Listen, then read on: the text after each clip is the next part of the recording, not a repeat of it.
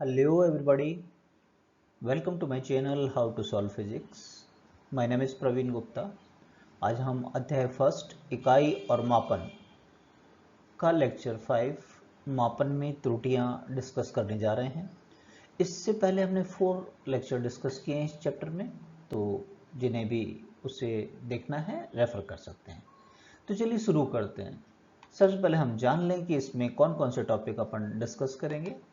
पहला होगा systematic error क्या होता है, क्रमबद्ध त्रुटियां जो हिंदी में कहते हैं, हिंदी का लेक्चर है ये. दूसरा यादृच्छिक त्रुटियां जिसे अंग्रेजी में कहते हैं रैंडम एरर्स, है ना. मेन हेडिंग से उसका इंग्लिश मीनिंग भी जान लेना थोड़ा सा ठीक रहता है, हालांकि हम इसको हिंदी में ही डिस्कस करेंगे. नेक्स्ट आएगा लीस्ट काउंट एरर जिसे हिंदी में कहते हैं अल्पतमांक त्रुटि. और फिर त्रुटियों के संयोजन कॉम्बिनेशन ऑफ एरर को डिस्कस करेंगे. साथ ही साथ इसमें बहुत सारे न्यूमेरिकल एग्जांपल्स देखेंगे कि उन्हें कैसे हम त्रुटियों में डील करते हैं. तो चलिए आगे बढ़ते हैं. सबसे पहले एरर इन मेजरमेंट, मापन में त्रुटियां होती क्या है, किसे बोलते हैं, पहले वो जान ले. हम किसी भी भौतिक राशि का जब हम मापन करते हैं उसमें कोई अनिश्चितता होती है. हम कंफर्म नहीं होते हैं कि हमने वो मापन सही किया नहीं किया किसी एक्सपेरिमेंट में, तो उस अनिश्चितता को हम त्रुटि कहते हैं. उसी को क्या कहते हैं, त्रुटि. अब ये नापेंगे कैसे. किसी भी भौतिक राशि जैसे लंबाई को नाप रहे हैं अपन, उसका वास्तविक मान और जो आपने मापा है मान, मापित मान और वास्तविक मान का जो अंतर होता है, उस अंतर के बराबर मापन में त्रुटि कहलाती है. फाइन. अब ये किस किस प्रकार की हो सकती है, इसको कैसे वर्गीकृत करते हैं. त्रुटि को हम मोटे तौर पर 2 पार्ट में विभाजित कर सकते हैं. एक होती है क्रमबद्ध त्रुटि जिसे कहते हैं सिस्टमेटिक एरर, डिटेल में देखेंगे अपन. दूसरी होती है यादृच्छिक त्रुटि जिसे कि अंग्रेजी में कहते हैं रैंडम एरर. सबसे पहले आते हैं सिस्टमेटिक एरर जिसे हिंदी में कह रहे थे क्रमबद्ध त्रुटि.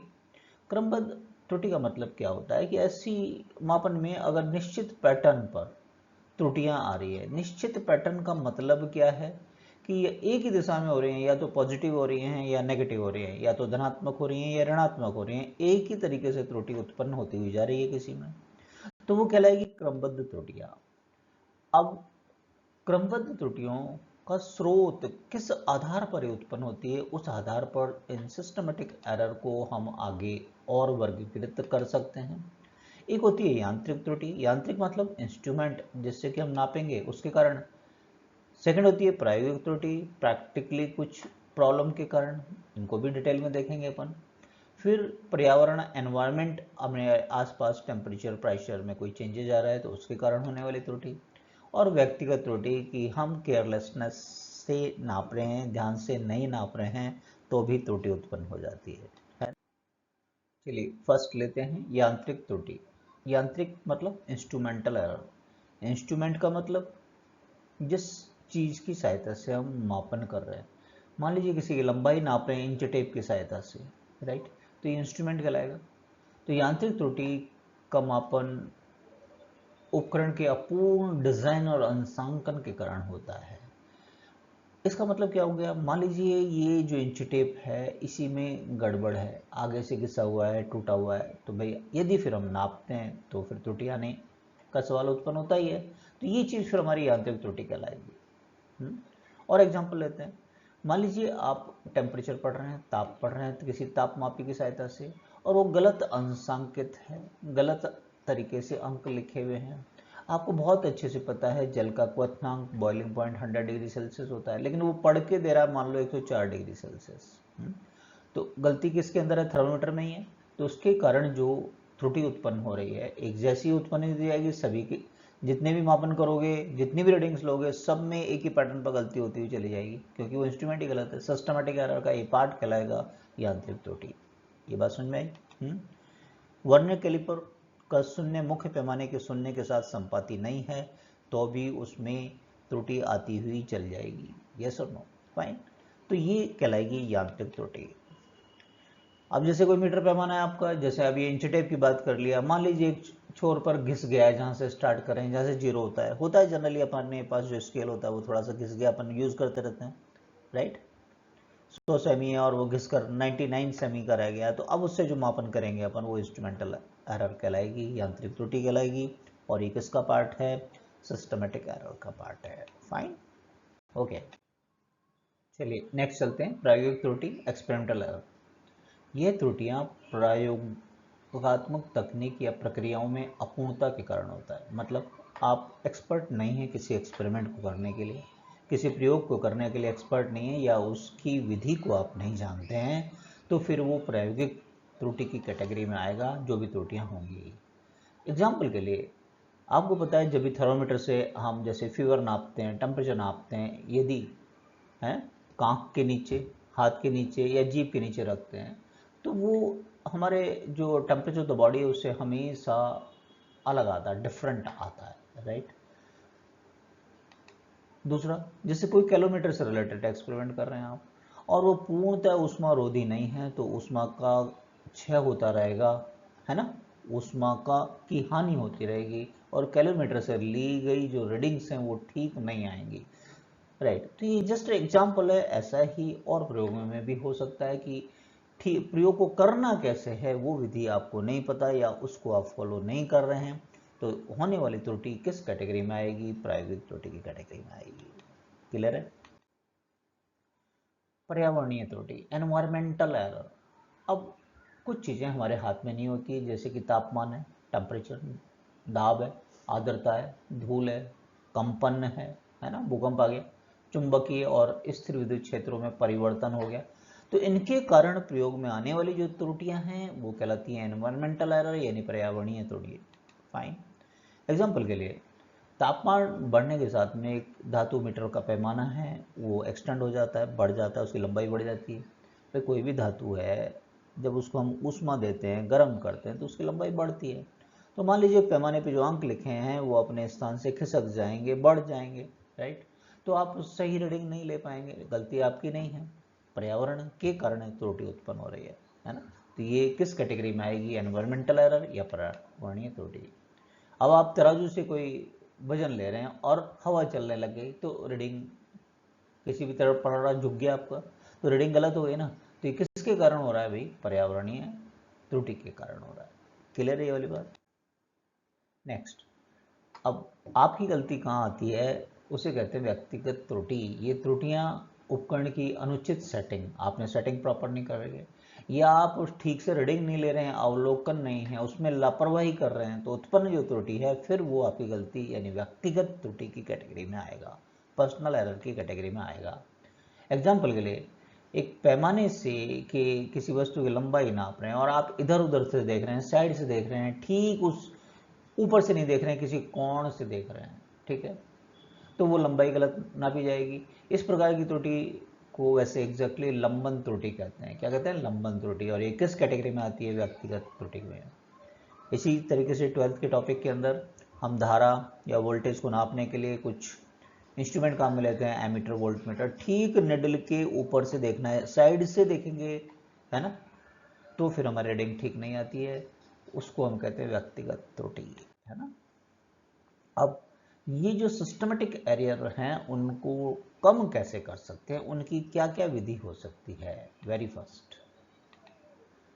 एक तो जो एक्सपेरिमेंट है उसकी तकनीक में सुधार, यानी कि हम उस तकनीक को अच्छे से स्टडी करेंगे कैसे करना चाहिए।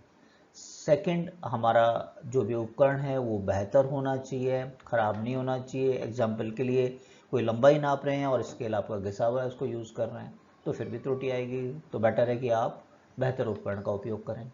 नेक्स्ट, नियमित रूप से उपकरणों का अंशांकन करें। कहने का मतलब, जैसे थोड़ी देर पहले बात कर रहे थे, टेम्परेचर बढ़ा है ना, तो उस पर जो अंक हैं, लोहे का स्केल है मान लो, तो लोहे की लंबाई बढ़ती है तो उसके अंक आगे हो जाएंगे, तो नियमित रूप से उसकी जांच करना कि कुछ गड़बड़ तो नहीं हो गई। इस विधि को कहते हैं अंशांकन। नेक्स्ट, किसी भी शून्य या लंबन त्रुटियों को समाप्त करके, कि हम किसी कोण पर ना देखकर ठीक से बिल्कुल ऊर्ध्वाधर देखें। नेक्स्ट, अवलोकन, रिकॉर्डिंग और मापों की दोबारा जांच करना है। हमेशा कहते हैं ना कि गलती हो सकती है, इसलिए एक बार दोबारा जांच कर लें, दोबारा से उस रीडिंग को दोहराएं अपन, तो भी पकड़ में आती है। जहाँ तक संभव हो मास्किंग या बाइंडिंग लागू करना, ये आजकल की इम्पॉर्टेंट टेक्निक है कि हम पहले से, अगर किसी एक रीडिंग में कोई त्रुटि आई है और हमें पता भी है किस वजह से आई है, तो दूसरे से क्रॉस एग्जामिन कराएं, लेकिन उसको ये ना बताएं कि वो इस वजह से आई है, तो वो चेक करे। कई बार क्या होता है कि दूसरा उस चीज़ को दिमाग में रखता है पहले से, है ना, हो सकता है वो किसी और वजह से आई हो ना? तो इसको कहते हैं मास्किंग। मास्किंग मतलब छुपाना या बाइंडिंग, है ना। तो लागू करके, और हम पहले से फोरकास्ट में दिमाग में ये नहीं बैठा ले इस वजह से है, दोबारा से उसकी जांच करें, तो ये प्रोसेस कराएगा मास्किंग बाइंडिंग। इन विधियों को अपनाकर व्यवस्थित त्रुटियां यानी सिस्टमेटिक एरर को कम किया जाता है। नेक्स्ट आती है सिस्टमेटिक एरर के बाद में यादृच्छिक त्रुटि, जिसे अंग्रेजी में कहते हैं रैंडम एरर। क्या कहते हैं? Random error. ये बहुत आम है कि भौतिक राशि को बार बार माप में ऐसे मान मिलते हैं जो एक दूसरे से थोड़े भिन्न होते हैं। आप किसी की रीडिंग ले रहे हैं, कभी पॉजिटिव एरर आ रही है, कभी नेगेटिव एरर आ रही है, कभी धनात्मक आ रही है, नेगेटिव आ रही है, कभी नहीं आ रही है, तो ये कहलाती है कि एक सेट पैटर्न पे नहीं है, कभी कुछ भी आ रही हैं, तो ये त्रुटियां, इस तरह की त्रुटि सिस्टमेटिक नहीं है, एक ही डायरेक्शन में नहीं है, तो ये त्रुटि हमारी कहलाती है यादृच्छिक त्रुटि। फाइन। जैसे लीस्ट काउंट एरर, अल्पतमांक त्रुटि। अल्पतमांक त्रुटि यादृच्छिक त्रुटियों की श्रेणी से संबंधित होती है। अल्पतमांक त्रुटि उपकरण के न्यूनतम मापन से जुड़ी होती है। अल्पतमांक का मतलब क्या होता है? कोई उपकरण जितना न्यूनतम नाप सकता है भाई, उसको, उसका क्या कहते हैं? अल्पतमांक कहते हैं। एग्जाम्पल, एक मीटर पैमाना होता है भाई, तो उस पर आपने देखा होगा सेंटीमीटर लिखे रहते हैं, और हर एक सेंटीमीटर 10 अंकों में बटा रहता है, यानी 1 mm तक नाप सकता है, तो उसका अल्पतमांक कितना होगा? 1 mm। 1 mm किसके बराबर होता है? 1 mm को हम कह सकते हैं 0.1 सेंटीमीटर, राइट। अब हम दूसरे वर्नियर कैलिपर पर चले जाएं, तो वर्नियर कैलिपर कितना न्यूनतम नाप सकता है? दशमलव के एक और अंक तक, 0.01 सेंटीमीटर तक। और न्यूनतम नापना है तो स्क्रू गेज यूज करते हैं, उसका अल्पतमांक क्या होता है? 0.001 सेमी, राइट। अब यादृच्छिक त्रुटियों का कारण क्या होता है? रैंडम एरर का कारण क्या होता है? कारण पता हो तो हम निवारण कर सकते हैं, है ना। ये प्रयोग में जो स्थितियां होती हैं यादृच्छिक और अप्रत्याशित उतार चढ़ाव के कारण उत्पन्न होते हैं। उदाहरण के लिए तापमान में अचानक से उतार चढ़ाव आया, वोल्टेज की आपूर्ति, कई बार आपने देखा होगा वोल्टेज बढ़ जाता है, कम आ रहा है घर के अंदर, है, या जो भी हमारा एक्सपेरिमेंटल सेटअप है, प्रयोगात्मक सेटअप है, वो मान लीजिए हिल गया किसी वजह से भी, है ना, यांत्रिक कंपन आदि के कारण हमारी ये रैंडम एरर उत्पन्न हो जाती है। दूसरी, पर्यवेक्षक द्वारा व्यक्तिगत निष्पक्ष त्रुटि, जैसे अल्पतमांक का मापन, अभी जैसे बात की थी, है ना, ये भी एक कारण होता है। अब इस, चलो ठीक है, कारण पता लग गया, अब इसको कम कैसे करेंगे? दिस इज ऑल्सो इंपॉर्टेंट, है ना। तो उच्च परिशुद्धता के उपकरणों का उपयोग करें जब भी हम नापें। प्रयोगात्मक तकनीकों में सुधार करना आदि से भी अल्पतमांक त्रुटि को कम कर सकते हैं। मतलब क्या है इस बात का? कि आप एक्यूरेट मापन करना चाह रहे हैं, एमएम से भी छोटा नाप रहे हैं, तो आप स्केल का यूज ना करके वर्नियर का उपयोग करें। और छोटा नापना चाह रहे हैं और एक्यूरेट नापना चाह रहे हैं, तो वर्नियर के स्थान पर स्क्रू गेज को यूज करें। ये मतलब है इस बात को। मापों को कई बार दोहराकर और सभी मानों के समांतर माध्य को सही माप के रूप में लेकर यादृच्छिक त्रुटियों को कम किया जाता है। मतलब हम एक एक्सपेरिमेंट को बार बार दोहराते हैं, है ना, बार बार दोहराते हैं, तो हम उसमें एक्सपर्ट होते हुए चले जाते हैं। जितनी रीडिंग आई उनका माध्य ले लीजिए, माध्य लिया, फिर उस हम ये मान के चलते हैं कि जो माध्य है वो सटीक मान के करीब है। इससे हमारी जो रैंडम एरर है, यादृच्छिक त्रुटि है, वो कम होती है। एग्जाम्पल के लिए, यदि प्रेक्षण की संख्या n बार की जाती है, मान लीजिए n रीडिंग ली, तो ये यादृच्छिक त्रुटि है 1/n गुना कम हो जाएगी। जितनी बार हम उसको दोहराएंगे त्रुटि की संभावना कम होती चली जाएगी, क्योंकि हम एक्सपर्ट होते हुए चले जाते हैं। न्यूमेरिकल बात करें, यदि 100 अवलोकन में अंगणितीय माध्यम में यादृच्छिक त्रुटि x आ रही है, मान लीजिए 100 में, तो यदि आप 500 अवलोकन मतलब प्रेक्षण करेंगे तो त्रुटि की संभावना x/5 हो जाएगी उसके अंदर, है ना, और कम हो जाएगी। ये मतलब मापन में त्रुटियों का निरूपण कैसे करते हैं? अब न्यूमेरिकल्स में इनको एक्सप्रेस कैसे करते हैं? आप न्यूमेरिकल पॉइंट ऑफ व्यू से बात स्टार्ट करते हैं, वन बाय वन अपन, हैं, तो चलते हैं आगे।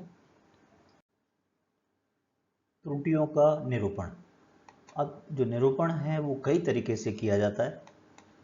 फर्स्ट ऑफ ऑल, हमसे यदि निरपेक्ष त्रुटि पूछी जा रही है तो देखिए लिखने का तरीका देखिए, दो बार्स के बीच में लिखा है, दो लाइनों के बीच में लिखा है, इसका मतलब होता है मापांक।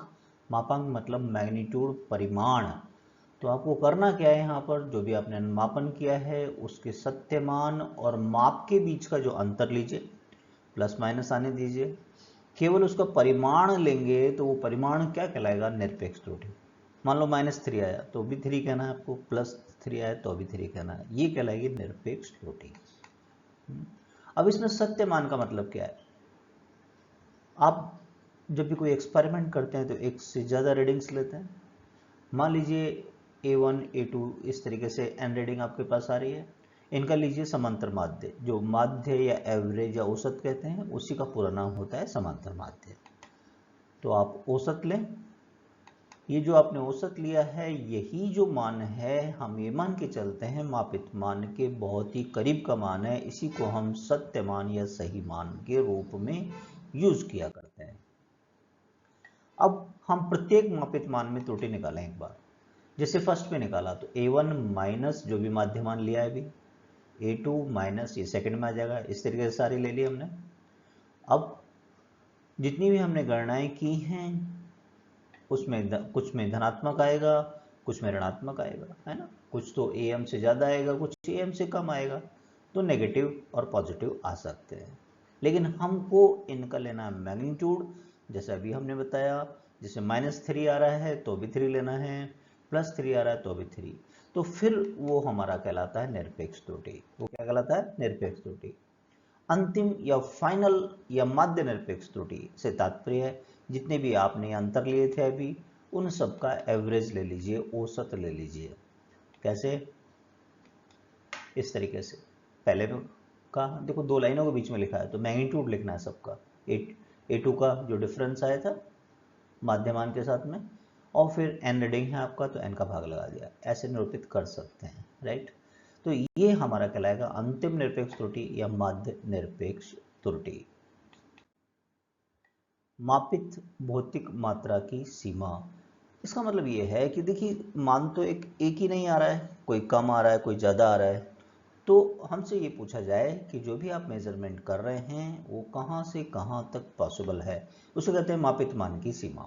ओके, हम ऐसे लिखते हैं A प्लस माइनस डेल्टा है, डेल्टा है वो त्रुटि वाला है, बाद में जो आपने मीन ले लिया था, है ना, उसको ऐसे लिखते हैं। अब A plus minus delta A का मतलब हो गया कि A प्लस डेल्टा ए भी हो सकता है, A माइनस डेल्टा ए भी हो सकता है। तो फिर हमारा ये जो सत्य मान होगा या मान होगा वो किस किस के बीच में हो सकता है, A माइनस डेल्टा ए से तो बड़ा या उसके बराबर भी हो सकता है, और A प्लस डेल्टा ए से छोटा या उसके बराबर, यानी इन दो मानों के बीच में होगा। तो ये इसकी लिमिट्स कहलाएंगी, क्या कहलाएंगी, कि लिमिट्स कहलाएंगी, सीमा कहलाएंगी। हाँ, कि हमारी भौतिक राशि A का कोई भी माप है वो किसके बीच में आएगा, A माइनस डेल्टा ए तथा A प्लस डेल्टा ए के बीच में आएगा। बात समझ में आ रही है। सेकंड बात हमसे पूछी जा सकती है सापेक्ष या भिन्नात्मक त्रुटि। जैसे नाम है सापेक्ष, हमें करना क्या है, रेशियो लेना, अनुपात लेना है, किस किस का, माध्य निरपेक्ष त्रुटि जो भी एवरेज लिया था तथा सत्य मान का जो अनुपात होगा उसको हम कहते हैं सापेक्ष भिन्नात्मक त्रुटि, है ना। जैसे डेल्टा ए लिखे थे हमने, उनके मैग्नीट्यूड्स डिवाइडेड बाई ओरिजिनल जो निकाला था हमने, सत्य मान कैसे निकाला था, सबको जोड़कर और n का भाग लगा दिया था, ठीक है, इसे ऐसे भी निरूपित करते हैं, फाइन।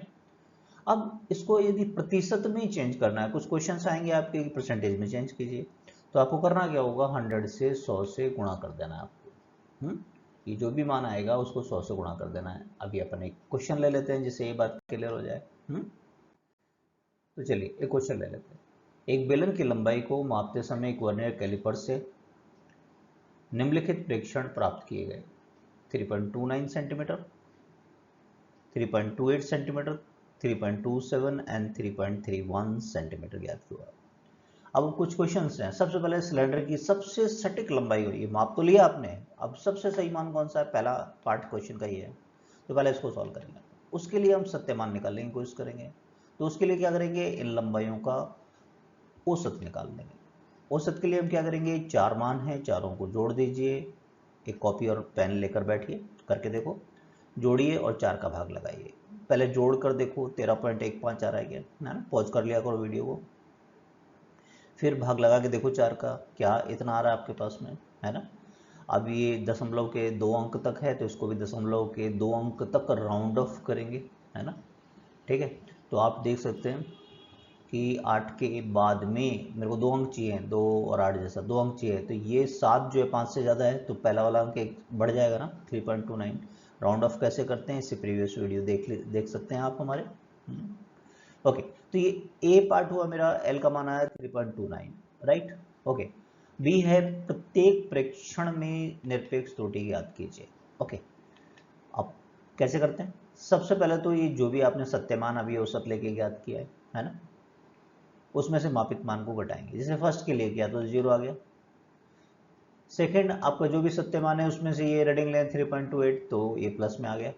इसी तरीके से तृतीय प्रेक्षण की बात करें तो 0.02, और फोर्थ लेते हैं तो माइनस में आ गया, कोई इश्यू नहीं है, राइट। तो ये तो पहले एक बार प्रत्येक प्रेक्षण में हमने निरपेक्ष त्रुटि को ज्ञात कर लिया है, फाइन। ओके, अब माध्य निरपेक्ष त्रुटि ज्ञात करते समय आपको करना क्या है, प्लस माइनस का ध्यान नहीं रखना है, केवल मैग्नीट्यूड लेना है और फिर उनका औसत लेना है, सी पार्ट क्वेश्चन का। तो आप ये देखिए, सबके प्लस मान ले लेंगे अपन, सबके प्लस मान हमने ले लिए, और 4 रीडिंग है, 4 का भाग लगा दीजिए। आप जोड़ के देखो पॉज करके वीडियो को, क्या इतना आ रहा है, 2 का भाग 4 का भाग लगाएंगे इसमें, तो इतना हमारे पास में आ रहा है। तो आप इसको फिर से राउंड ऑफ कीजिए दशमलव के 2 अंकों तक। आप ये देख सकते हैं 2 ही अंक मेरे को रखने हैं, तो ये 2 जो है 5 से छोटा है तो इसको छोड़ देंगे, और ये हमारा माध्य निरपेक्ष त्रुटि कहलाएगा 0.01, है ना। तो इसमें ध्यान रखने वाली बात है, प्लस माइनस नहीं लेना है, केवल उनका मैग्नीट्यूड लेना है, परिमाण लेना है। मैथ्स में इसको मापांक भी कहते हैं, ठीक है। तो हमारी लंबाई को हम कैसे रिप्रेजेंट कर सकते हैं, देखिए सत्यमान आ गया था 3.29 सटीक मान, और त्रुटि आ गई है 0.01, तो इसको ऐसे लिखते हैं 3.29 centimetre plus minus 0.01 centimetre. Clear है वाली बात यहाँ तक, ओके। तो ये सी पार्ट हो गया आपका। अब डी, ई और एफ पे चलते हैं। डी है सापेक्ष त्रुटि ज्ञात करना है। सापेक्ष के लिए आपको क्या करना होता है भाई, कि जो भी आपके पास में निरपेक्ष मान का औसत लिया था वो डिवाइडेड बाई सत्य मान, ठीक है, 0.01 डिवाइडेड बाई 3.29, ठीक बात है। भाग लगा के देखो, पॉज करो वीडियो को, करके देखो कि इतना आ रहा है आपके पास में। तो इसको राउंड ऑफ करें। अब जैसे यहाँ देखिए, मैं कई बार क्या होता है कि हमें ये 3 में रखना है, ओके। जितने भी सिग्निफिकेंट फिगर होते हैं, भाग में क्या करते हैं हम, significant figure, minimum significant figure में चेंजेस करते हैं, ठीक है, ओके। लेकिन क्या होता है, जैसे मैं 3 को छोड़ूंगा, राइट, तो 3 तो 5 से भी छोटा है, तो क्या ये 0 आएगा, नहीं, तो इसलिए इसको ऐसा निरूपित किया गया है 3 के अंदर में, राइट। तो अभी फिलहाल ये सापेक्ष त्रुटि इतना कहलाएगा। आपसे पूछ लिया जाए प्रतिशत त्रुटि ज्ञात कीजिए, तो प्रतिशत के लिए क्या करते हैं, 100 का गुणा कर देते हैं। 100 से गुणा करेंगे तो आप करके देखो पॉज करके, क्या 0.3% आ रहा है, फाइन। तो लंबाई हमारी हो गई। अब जो भी आपको परिणाम आया, रिजल्ट आया है, को निरपेक्ष त्रुटि और प्रतिशत त्रुटि के पदों में निरूपित करना है, ठीक है। निरपेक्ष त्रुटि के पदों में हमने इससे पहले निरूपित करके दिखाया था कि L plus minus delta L लिखा था। अब प्रतिशत त्रुटि के पदों में कैसे लिख रहे हैं, 3.29 तो सत्यमान था, प्लस माइनस परसेंटेज त्रुटि कितना आ गया है, 0.3%। क्लियर है ये वाली बात, ओके। अब कॉम्बिनेशन ऑफ एरर, त्रुटियों का संयोजन। अब जरूरी नहीं है कि केवल एक ही रीडिंग की जरूरत पड़ रही है। रीडिंग बोले तो एक ही मापन की, ऐसा हो सकता है एक से ज़्यादा तरीके के मापन करने पड़े, उनको फिर जोड़ना पड़े, संयोजन कहलाएगा, घटाना पड़े, गुणा करना पड़े। जैसे क्षेत्रफल निकाल रहे हैं, गुणा करना है ना। चाल निकाल रहे हैं तो दूरी और समय का भागफल निकालेंगे अपन, तो इसको कहते हैं फिर संयोजन। इस क्वेश्चन भी लेंगे, एक एक को देखते हैं अपन, राइट। सबसे पहले जोड़ या अंतर के लिए, मान लीजिए ए और बी दो भौतिक राशि हैं, उनका जोड़ हम कैसे निरूपित करेंगे, मान लीजिए ए प्लस बी करने पर एक्स आ रहा है, माना है ना, और अंतर की बात करते हैं ए माइनस बी है। तो इनमें कुछ त्रुटियां होती हैं, उसको हम प्लस में भी आ सकती है, माइनस में भी आ सकती है, तो हम कह देते हैं कि प्लस माइनस ए और प्लस माइनस डेल्टा ए और प्लस माइनस डेल्टा बी उनमें निरपेक्ष त्रुटियां हैं। ठीक है, ओके। अब दो राशियों के योग या अंतर में अधिकतम निरपेक्ष त्रुटि की बात करते हैं तो प्रत्येक राशि में निरपेक्ष त्रुटियों के योग के बराबर होती है। ये इंपॉर्टेंट रूल है त्रुटि का कि त्रुटि हमेशा एडिटिव होती है, उनको जोड़ा जाता है। मतलब क्या हमारी बात का, कोई प्रयोग आप कर रहे हैं, एक से ज़्यादा रीडिंग ले रहे हैं, एक बार आपने कुछ गलती की फिर दोबारा गलती की, तो आपका एक्सपेरिमेंट, आपका प्रयोग अधिक त्रुटिपूर्ण, अधिक खराब होता हुआ चला जाता है। कम थोड़ी होता है दूसरे रीडिंग के कारण, है ना, दो गलतियों से। तो हमेशा प्रक्रिया कोई सी भी फॉलो कर रहे हैं, प्रक्रिया मतलब संयोजन में चाहे गुणा कर रहे हैं, जोड़ कर रहे हैं, जितनी त्रुटियां करते हुए चले जाएंगे उनको हम जोड़ते हुए चले जाएंगे। इसको त्रुटि का गॉस का नियम भी कहते हैं। खैर, किसका नियम कहते हैं ये इंपॉर्टेंट नहीं रखता, लेकिन क्या कर रहे हैं कि त्रुटियों को हमेशा जोड़ा जाता है, ये चीज़ ध्यान रखना है आपको। फाइन। अच्छा, एक्स में निरपेक्ष त्रुटि, तो पहले में निरपेक्ष त्रुटि, दूसरे में जोड़ देंगे अपन, राइट। अब इसके परिमाण को कैसे लिखा जाता है, x plus minus delta x, है ना। एक्स तो भौतिक राशि है और प्लस माइनस डेल्टा एक्स। हमसे कहा जाए एक्स में अधिकतम प्रतिशत त्रुटि, तो अभी जैसे बताया था निरपेक्ष त्रुटि सत्यमान इंटू 100, ये करते हैं। ओके, तो अब इस परिणाम को हम कैसे लिखेंगे कि जोड़े में प्रतिशत त्रुटि क्या होगी। डेल्टा एक्स का मतलब क्या है भाई, delta A plus delta B. X का मतलब क्या था, ए प्लस बी इंटू 100। इसी तरीके से घटाव की बात कर रहे हैं हमसे कि अंतर में प्रतिशत त्रुटि क्या होगा, तो उसमें डेल्टा एक्स तो हमेशा ही जोड़ा जाएगा अधिकतम प्रतिशत त्रुटि। ये इंपॉर्टेंट बात है, आप देखिए करो, हमेशा त्रुटियों को जोड़ा जाता है। हाँ, जो प्रक्रिया है एक्स जो मान आया है घटाने की क्रिया में, वो उसको यहाँ लिख देंगे इंटू 100। तो ये स्टेप ज़्यादा इंपॉर्टेंस रखेगी। अभी हम यहाँ पर बताएंगे कि इवन आप गुणा करें चाहे आप भाग लगाएं तो भी आपको त्रुटियों को जोड़ना ही पड़ेगा, क्योंकि एक्सपेरिमेंटल एरर बढ़ती चली जाती है, प्रयोग आपका खराब होता हुआ चला जाता है। क्लियर है। चलिए एक क्वेश्चन ले लेते हैं। एक प्रेक्षक द्वारा दर्ज किए गए पानी के प्रारंभिक और अंतिम तापमान 40.6 प्लस माइनस 0.2 डिग्री सेल्सियस और 78.3 प्लस माइनस 0.3 डिग्री सेल्सियस प्राप्त हुई। क्वेश्चन है, उचित त्रुटि सीमा के साथ तापमान में वृद्धि की गणना कीजिए। वृद्धि यानी इस बार इसमें हमें अंतर लाना पड़ेगा, तापमान में वृद्धि कितनी हुई, है ना, final minus initial. Final temperature ताप कितना है 78.3, इनिशियल क्या था 40.6। अब वो सर ये क्या, ये तो त्रुटि है ना, टेम्परेचर तो ये है, ताप तो ये है। ओके, अंतर लेके देखो, पॉज करो, क्या इतना आ रहा है पहले तो, है ना।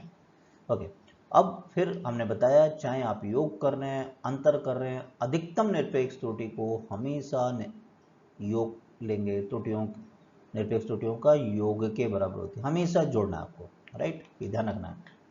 तो त्रुटि की बात करें, डेल्टा थीटा की बात करें, तो आपको 0.2 और 0.3 को जोड़ना है, इतना आया, राइट।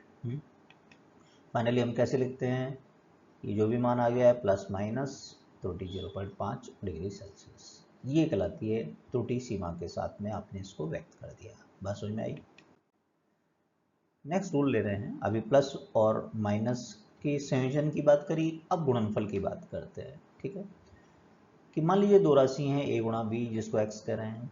ठीक है, delta A plus minus delta B ए और बी में निरपेक्ष त्रुटियों को दर्शा रहे हैं। Fine, okay. अब देखिए अवकलन का सूत्र गुणा वाला यू वी, क्या ये होता था, है ना। तो अगर मैं dx से dx दोनों तरफ काट दूँ तो ऐसा आ गया, है ना।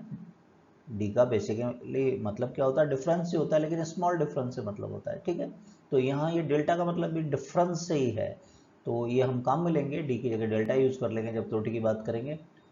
तो बस मैंने डेल्टा कर लिया, पहली राशि मेरे पास ए है, दूसरी क्या है बी गुणा में, तो इसको हम ऐसा फिट कर सकते हैं। मैंने स्रोत बताया कि कैसे लिखा जाता है, कैसे आता है। ओके, तो अब हमसे पूछ लिया जाए सापेक्ष त्रुटि, सापेक्ष में हम जो भी राशि है ए बी उसका भाग लगा देंगे, ऐसा आएगा, है ना। अब आप खुद करके देखिए, ए बी का पहले इसमें भाग लगाइए, ए बी का फिर इसमें, क्या ये आएगा। देखो जब इसमें ए बी का भाग लगाओगे तो हमारी बातों में विश्वास नहीं करो, करके देखो कॉपी पे, ए से ए कट जाएगा तो डेल्टा बी वाई भी आएगा। जब आप इसमें भाग लगाओगे तो बी से बी कटेगा तो डेल्टा ए वाई आएगा। आएगा नहीं आएगा, चेक करो इसको पॉज करके वीडियो को, है ना।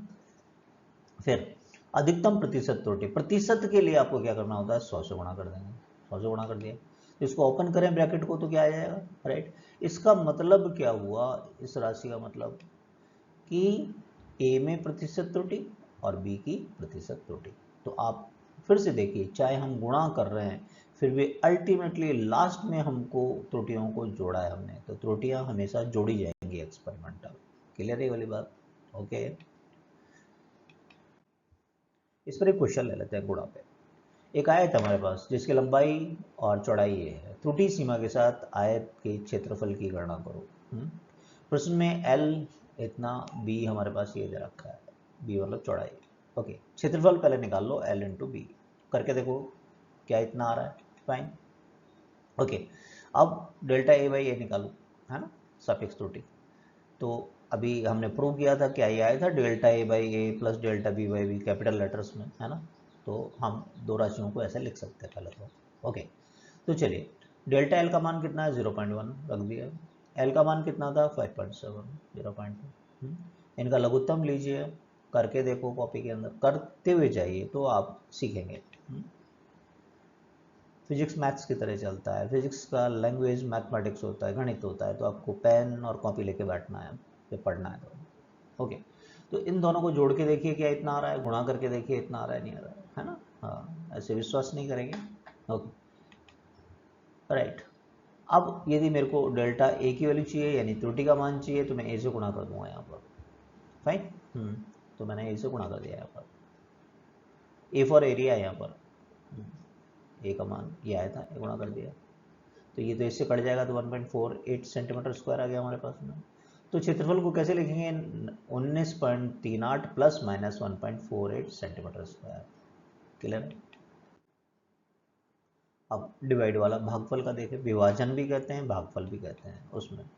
तो मान लीजिए कोई भौतिक गणना में हमें ए में बी का भाग लगाना है, तो उसको जो भी आएगा उसको एक्स कह दिया, ए और बी में जो निरपेक्ष त्रुटियां उसको ऐसे निरूपित कर दिया, डेल्टा ए और डेल्टा बी में प्लस और माइनस हो सकती है। अब अवकलन का सूत्र याद करो, u बटा v का ये होता है ना भाई, dx से दोनों तरफ dx काट दें हम, तो इतना रह जाएगा हमारे पास में। अब d की जगह डेल्टा लिख लेंगे त्रुटि के केस में, अधिकतम, देखो इस वर्ड पे ध्यान देना, अधिकतम, तो अधिकतम के केस में ये माइनस नहीं होगा, चीज़ें जुड़ती हुई चली जाएगी, त्रुटि डेल्टा आते ही ये त्रुटि को निरूपित करता है फिर, तो आपको प्लस लेना है, ये इंपॉर्टेंट स्टेप है, फाइन, ओके। ए में अधिकतम सापेक्ष त्रुटि, सापेक्ष के लिए हम इस भौतिक राशि का भाग लगाते हैं, भाग लगाया मैंने, आप लगा के देखिएगा। अब ये बी से भी कट जाएगा और हमारे पास ऐसा आ जाएगा जैसा कि मल्टीप्लाई वाले में आया था, करके देखो इस स्टेप को कैसा आ रहा है, तो कॉन्फिडेंस आएगा। अब प्रतिशत चाहिए तो 100 से गुणा करोगे, ब्रैकेट ओपन कर दीजिए, क्या ऐसा आ रहा है आपके पास में, इसका मतलब क्या है, ए बटा बी में अधिकतम प्रतिशत त्रुटि क्या होगी, ए में प्रतिशत त्रुटि प्लस, देखो चाहे भाग की क्रिया है फिर भी प्लस ही आ रहा है, तो बात समझ में आई। चलिए भाग पर एक क्वेश्चन ले लेते हैं। एक वस्तु एक समान रूप से इतने मीटर दूरी इतने सेकंड में तय करती है, दूरी और समय दे रखा है आपको, त्रुटि सीमा के साथ इसके वेग की गणना करो, वेग में प्रतिशत त्रुटि ज्ञात करो, चाल पूछे वेग पूछे, फिलहाल हम डायरेक्शन नहीं निकाल रहे हैं, है ना, ओके। दूरी ये है हमारे पास, समय ये है,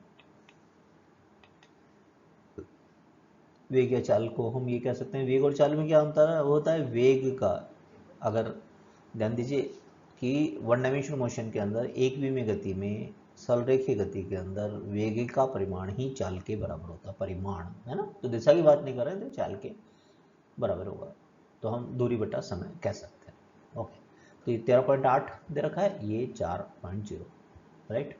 तो 4.0 का हम यहाँ पर भाग लगाएंगे, देखिए 3.45 मीटर आ रहा है क्या, 3.45 मीटर का मतलब हम राउंड ऑफ करें इसको तो लगभग कह सकते हैं 3.5 मीटर पर सेकेंड, ओके। अब सापेक्ष त्रुटि निकालें डेल्टा वी बाई बी, तो दो राशियाँ हमने अभी प्रूव किया था, ए बाई बी के लिए क्या आया था, वही delta A by A plus delta B, तो ये delta S by S delta T by T ऐसे लिखेंगे। डेल्टा एस का मतलब 0.2, एस का मतलब 13.8, डेल्टा टी का मतलब 0.3, 4.0, है ना। लघुत्तम लीजिए, करके देखिए क्या हम ऐसा लिखेंगे, पहले 13.8 कट गया, 4.0 से गुणा किया यहाँ आ गया, 4.0 कट गया तो 13.8 से गुणा हो गया, है ना। करके देखिए आप, इन दोनों को गुणा कीजिए, क्या 0.8 आ रहा है, इनको गुणा कीजिए, करके देखते चलो, है ना, क्या ये आ रहा है आपका। ओके, और नीचे गुणा करने पर ऐसा। अब 55.2 जो आएगा इसका, इसमें भाग लगाएंगे, लगा के देखिए, करना पड़ेगा, एग्जाम में आएगा तो, है ना। तो लगभग ऐसा आना चाहिए। ओके, अब यदि मेरे को डेल्टा वी चाहिए, वेग में त्रुटि, तो वी से गुणा कर देंगे, क्रॉस मल्टीप्लाइंग। तो वी का मान कितना था, एग्जैक्टली कितना आया था, 3.45, तो 3.45 से गुणा कर दीजिए, इतना आ गया, है ना। ओके, तो ये लगभग इतना आ जाएगा, राउंड ऑफ कर दिया, 8 जो होता है 5 से ज़्यादा होता है ना भाई, तो यहाँ आ गया आपके पास में, तो 0.31 के लगभग आ जाएगा। तो वेग को हम लिख सकते हैं 3.5 प्लस माइनस 0.31 मीटर पर सेकेंड, ठीक है। अब यहाँ प्रतिशत की बात हो रही है, प्रतिशत कैसे लिखते हैं, अधिकतम delta V by V into 100। तो भाई ये कितना आया था, डेल्टा वी बाई वी अनुपात 0.0895 इंटू 100 कर दें, तो करके देखो ये आएगा 8.95, तो ये 9 है, तो राउंड ऑफ करते हैं तो 9% के लगभग आपका आंसर हो जाएगा। क्लियर है क्या। आगे चलते हैं फोर्थ रूल पे। कई बार क्या होता है, घात से रिलेटेड आता है ना, किसी भौतिक राशि की घात के मापित मान में त्रुटि, है ना। एग्जाम्पल लेंगे, क्वेश्चन लेंगे, कुछ ऐसा मान लो ये कोई भौतिक राशि है, उसकी घात n दे रखी है, और कोई एक नई भौतिक राशि, जैसे क्षेत्रफल होता है तो क्या कहते हैं, भुजा का स्क्वायर, l का स्क्वायर, तो l की घात कितनी है 2, तो एक भौतिक राशि एरिया ये बन जाएगा। मान लीजिए a में जो निरपेक्ष त्रुटि है वो प्लस माइनस डेल्टा है, ठीक है। तो अब इसमें देखिए अवकलन गणित का ये वाला सूत्र यूज करेंगे, घात वाला, x की पावर n, ये सबको आता है, n x की घात n-1, ठीक है। तो अब मेरे को केवल d चाहिए, तो dx का क्रॉस गुणा कर दो, ये आ जाएगा। अब d की जगह पे डेल्टा लिख देंगे, हमारा काम हो जाएगा निरपेक्ष त्रुटि के लिए, d की जगह पे डेल्टा लिख दो, जहाँ भी d आ रहा है वहाँ डेल्टा लिख दो, ठीक है। अब सापेक्ष त्रुटि निकालना है अधिकतम, उसमें क्या करते हैं, भौतिक राशि का भाग लगा देते हैं, त्रुटि डिवाइडेड बाई सत्यमान या भौतिक राशि जो भी है। अब ऊपर एक ही घात n-1 है, और यहाँ नीचे n है, एक घात यहाँ नीचे ज़्यादा है ना, तो जब हम इनको काटेंगे तो केवल a बच जाएगा। आप करके देखो, ये कटेगा तो केवल नीचे एक a बच जाएगा, राइट। अब हमको प्रतिशत में निकालना है, तो 100 से गुणा कर दें दोनों तरफ हम 100 से गुणा कर दिया, ये जो है वो डेल्टा x बाई एक्स कह दिया हमने इसको। तो हमारे पास अल्टीमेटली फॉर्मूला क्या बन गया है, an में अधिकतम प्रतिशत त्रुटि बराबर n इंटू ए की प्रतिशत त्रुटि। क्लियर है। चलिए इस पर एक क्वेश्चन ले लेते हैं। T1 से T2 तक गर्म करने पर L लंबाई के एक पतले तांबे के तार की लंबाई 2% बढ़ जाती है। यदि 10L भुजा वाले तांबे के घन को T1 से T2 तक गर्म किया जाए तो प्रतिशत परिवर्तन क्या होगा। क्वेश्चन के दो पार्ट हैं, घन के एक फलक के क्षेत्रफल में और घन के आयतन में, ठीक है। सबसे पहले फलक का मतलब पृष्ठ, घन का प्रत्येक जो पृष्ठ होता है वो कैसा होता है, वर्गाकार, तो वर्ग का क्षेत्रफल भुजा इंटू भुजा, यानी 100 का L स्क्वायर हो गया। अब एक इंपॉर्टेंट बात, स्थिरांक में कोई त्रुटि नहीं होती है, इस बात का ध्यान रखेंगे। क्यों, जो चीज़ नापेंगे नहीं मापेंगे नहीं तो उसमें त्रुटि भी नहीं होगी। अब मापेंगे किसको नहीं, जो कांस्टेंट होगा, इस राशि में कांस्टेंट क्या है 100 को नहीं नापेंगे, केवल क्या होगा, केवल L स्क्वायर, जैसे हमने एक ही घात n वाला देखा था बस वो लगेगा सिंपली। तो क्षेत्रफल में अधिकतम प्रतिशत त्रुटि क्या हो जाएगा, एरिया में बस घात तो आगे आ जाएगी 2, इसको लिखेंगे delta L by L into 100, है ना। तो 2 इंटू, इसमें प्रतिशत त्रुटि क्या थी, एल के अंदर कितना दे रखा है हमको, 2% त्रुटि या परिवर्तन की बात हो एक जैसे करते हैं, है ना, तो 4% हो गया। अब आयतन की बात करें, घन का आयतन भुजा भुजा भुजा 3 बार करते हैं तो 1000 L3। तो अब 1000 को नापना पड़ेगा क्या, नहीं, केवल L3 पर बात करेंगे, तो 3 गुणा ऐसा कर लेंगे फिर। तो आयतन में अधिकतम प्रतिशत त्रुटि क्या होगी, 3 घात आगे आ जाएगी delta L by L into 100, और ये L में वृद्धि कितनी रखिए 2, ठीक है, तो कितना हो गया 6। तो हम क्या देख रहे हैं, अधिकतम परिवर्तन किस में आ रहा, आयतन में, उसके बाद क्षेत्रफल, और सबसे कम किस में होगा, लंबाई के अंदर। क्लियर है। चलिए आगे चलते हैं। अब एक विशिष्ट प्रकार की त्रुटि जो कि इंस्ट्रूमेंट के अल्पतमांक जो न्यूनतम नापता है, कोई भी उपकरण जितना न्यूनतम नाप सकता है वो अल्पतमांक कहलाता है। उसके कारण जो त्रुटि होती है उसको कैसे हम काम में लेते हैं? त्रुटि को अनिश्चितता भी कहते हैं, अनसर्टेनिटी। मान लीजिए कि हमें एक छड़ की लंबाई को नापना है, ठीक है, और एक सेमी पैमाने का उपयोग कर रहे हैं। एक स्पेशल पैमाना मान लीजिए थोड़ी देर के लिए एग्जांपल के लिए कि एक ऐसा पैमाना है जिसपे केवल सेमी के निशान है, मिलीमीटर नहीं है। मान लो ये छड़ है जिसको नापना है और पैमाना कुछ ऐसा जिसमें सेंटीमीटर केवल लिखे हैं, बीच में कोई अंक नहीं है, 1 2 3 4 5 6, ये सेंटीमीटर लिखेगा, राइट।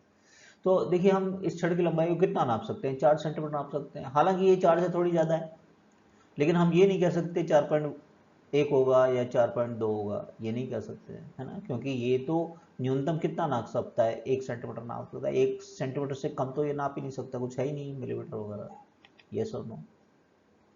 तो इसकी सटीकता का माप क्या है? केवल 1 सेंटीमीटर, है ना। तो हम कहेंगे कि इस पैमाने का अल्पतमांक कोई आपसे पूछिए तो क्या बोलोगे? 1 सेमी है, फाइन। और अधिक सटीक माप प्राप्त करना है हमें, तो हमें एक ऐसा स्केल लेना पड़ेगा जिसमें कि सेंटीमीटर के साथ साथ मिलीमीटर के भी निशान हो, जो सामान्य स्केल होता है। आप अपने स्केल को निकाल के देखो ज्योमेट्री बॉक्स से, क्या आप स्केल के बॉक्स में ऐसा है सेंटीमीटर के बीच में ये 10 ये लाइनें और होती हैं, है ना, यानी 0 से 1 तक 10 भागों में बटा रहता है ये, तो मिलीमीटर का भी होता है ना। तो ये वाला पैमाना लेना पड़ेगा ताकि आप सटीकता से नाप सकें। ओके, तो अब हम लंबाई को कितना नाप सकते हैं? 4.12 यहाँ नाप सकते हैं। हालांकि हमने एक स्पेशल एग्जांपल लिया है, आप अगर गौर से देखें तो 4.2 और 4.3 के बीच में है ये, लेकिन ये नहीं नाप पाएगा स्केल। तो ये अधिक करीबी माप तो है, लेकिन हम ये नहीं कह सकते कि 4.21 है, 4.22 या एग्जैक्टली 4.20, क्योंकि देखिए ये 1 mm से कम नहीं नाप सकता। कितना सटीकता से नाप सकता है? 0.1 सेमी या 1 mm कम से कम। तो इसका अल्पतमांक क्या है? 0.1 सेंटीमीटर। क्लियर है ये वाली बात? हाँ, तो इसकी अनिश्चितता, त्रुटि को अनिश्चितता भी कहते हैं। तो भाई जो नापेंगे वही तो त्रुटि के रूप में होगा, तो कम से कम आप इसमें कितनी सटीकता है? इसका 0.1। अल्पतमांक कितना है? 0.1। आपसे कहें कि इसमें अनिश्चितता या त्रुटि का ऑर्डर क्या है, कोटि क्या है, तो अभी आप क्या कहेंगे? 0.1 सेंटीमीटर तक की त्रुटि आप नाप सकते हैं इसके द्वारा, इस स्केल के द्वारा। तो ये उपकरण के कारण आ रहा है, फाइन। तो L में संभावित अधिकतम त्रुटि क्या बोलेंगे आप? 0.1 सेंटीमीटर। क्लियर? और अधिक, जैसे आपने देखा था कि इस जो छड़ है हमारी 4.2 और 4.3 के बीच में कहीं पर है, तो 1 mm से कम नापने वाला चाहिए, तो वो होता है वर्नियर कैलिपर, जो कि सेंटीमीटर में दशमलव के 2 अंकों तक बारीकी से नाप लेता है। तो हम ऐसा नाप लेंगे, फिर एग्जाम्पल ले लिया मैंने 4.23, यानी दशमलव के 2 अंकों तक नाप लेंगे, अधिक निकट माप ले लेंगे। तो इसकी सटीकता क्या है मापन की? दशमलव के 2 अंक सेमी में, राइट। इसका अल्पतमांक कितना? 0.01। तो एल में अधिकतम अनिश्चितता या त्रुटि वर्नियर कैलिपर से कितनी हो सकती है? 0.01। जो अल्पतमांक उतनी त्रुटि, संभावित त्रुटि या अनिश्चितता कहलाएगी। क्लियर? मान लीजिए और करीबी मामला है, ठीक है, तो वर्नियर के बाद आप चलते हैं स्क्रू गेज पर। स्क्रू गेज दशमलव के बाद 3 अंकों तक नाप लेता है, तो आप हो सकता है इसको भी नाप लें 4.234 सेंटीमीटर। ये उदाहरण है ना, फाइन। तो एल में अधिकतम संभव अनिश्चितता या त्रुटि कितनी होगी? स्क्रू गेज की सहायता से कितनी नाप सकते हैं? 0.001 सेंटीमीटर तक। तो हमने क्या निष्कर्ष निकाला इन एग्जाम्पल से? निरपेक्ष त्रुटि मापन के उपकरण के अल्पतमांक के बराबर होती है। अल्पतमांक मतलब कम से कम वो कितना नाप लेता है, फाइन। चलिए इस पर एक क्वेश्चन ले लेते हैं कि लंबाई से अलग समय की बात कर लेते हैं। एक विराम घड़ी का अल्पतमांक 1/5 सेकंड है। इसका मतलब एक स्टॉप वॉच है, वो कम से कम कितना नाप लेती है? 1/5 सेकंड तक। अब एक सरलोलक के 20 दोलन का समय 25 सेकंड मापा गया, तो समय के मापन में त्रुटि प्रतिशत कितनी होगी? ध्यान दीजिएगा। निरपेक्ष त्रुटि मापन के उपकरण के अल्पतमांक के बराबर होती है। तो 25 सेकंड मापने के लिए मापने में त्रुटि कितनी हो सकती है अल्पतमांक के बराबर, यानी 1/5 सेकंड, यानी 0.2 सेकंड के बराबर। तो प्रतिशत त्रुटि क्या होगी, त्रुटि बटा जो भी है समय कितना 25 सेकंड आपने इंटू 100, तो आंसर कितना होगा 0.8%। समझ में आया कैसे किया है? ओके। अब इसी अध्याय मात्रक व मापन के अंदर लास्ट लेक्चर हम लेंगे भौतिक राशियों की विमाएं। इसमें जो टॉपिक्स हम कवर करेंगे विमीय सूत्र डिफरेंट टाइप के, है ना, तो बहुत कुछ इसमें सीखने को मिलेगा, क्वेश्चन आते हैं। फिर पढ़ेंगे समीकरण की विमीय संगति की जांच करना, है ना, कि मान लो v equal to U plus A T सही है गलत है, s equal to U T plus half A T square सही है गलत है, तो जांच कैसे करते हैं विमीय विधि से। उसके बाद भौतिक राशियों के बीच संबंध स्थापित कैसे करते हैं, फॉर्मूला कैसे बनाते हैं विमीय विधि द्वारा, इस चैप्टर का आखिरी पार्ट होगा। फिर एक भौतिक राशि को एक इकाई प्रणाली से दूसरी प्रणाली में परिवर्तित कैसे करते हैं, मतलब 1 मीटर में 100 सेंटीमीटर होते हैं, तो 100 सेंटीमीटर आया कैसे, 1 न्यूटन में 10⁵5 डाइन होते हैं, तो वो कहाँ से आया। ओके, ये सब देखें। तो बने रहिए हमारे साथ में, सब्सक्राइब कीजिए, बेल आइकन को दबा दीजिए जिससे कि आपके पास नोटिफिकेशन मिल जाए। Thank you for watching. मिलते हैं अपन नेक्स्ट वीडियो के अंदर।